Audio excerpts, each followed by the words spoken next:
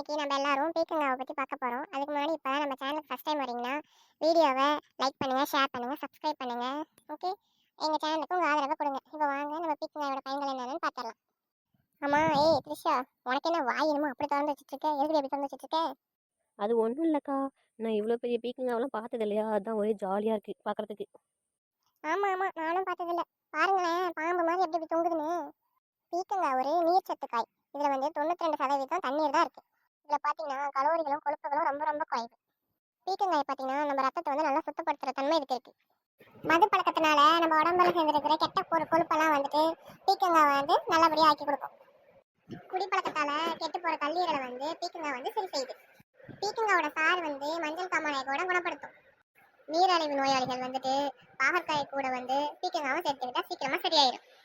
உடம்புக்கு குளிர்ச்சி தரும் பீக்கங்காய். நல்லா சாப்பிட்டீங்கன்னா அதிகமாக எடுத்துக்கிட்டிங்கன்னா உங்கள் உடம்பு வந்து